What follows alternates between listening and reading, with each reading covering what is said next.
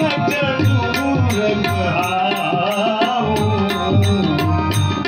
अनुरूप हरि गाओ। હવે એમને ભજન લખ્યું છે ગુરુજી વિશે। ગુરુનો મહિમા પરંપાર છે। તમે ગુણના ગમે તે લગાવો। અસીત ગિરિશમ સાત ગજરમ સિંધુ પાત્રે સુર સરોવર શાખા લેખની પુત્ર મુરવી યદ્યપિ ગૃહિત્વા શારદા સર્વકાલમ તદપિ ગુરુ તમ પાર ઈશ ન પાતી। એનો પાર કવિ પણ નથી પામી શક્યા। આ માના પાછળ ભજન છે।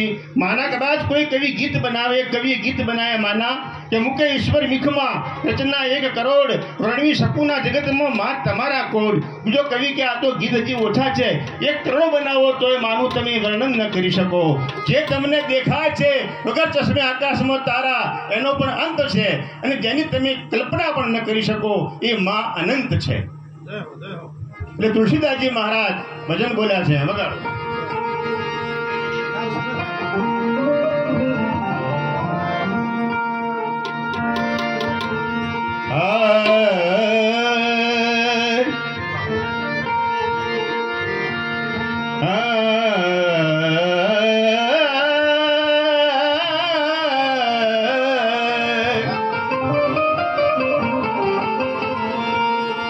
परम पार हे गुरु जी अवगुण मोरा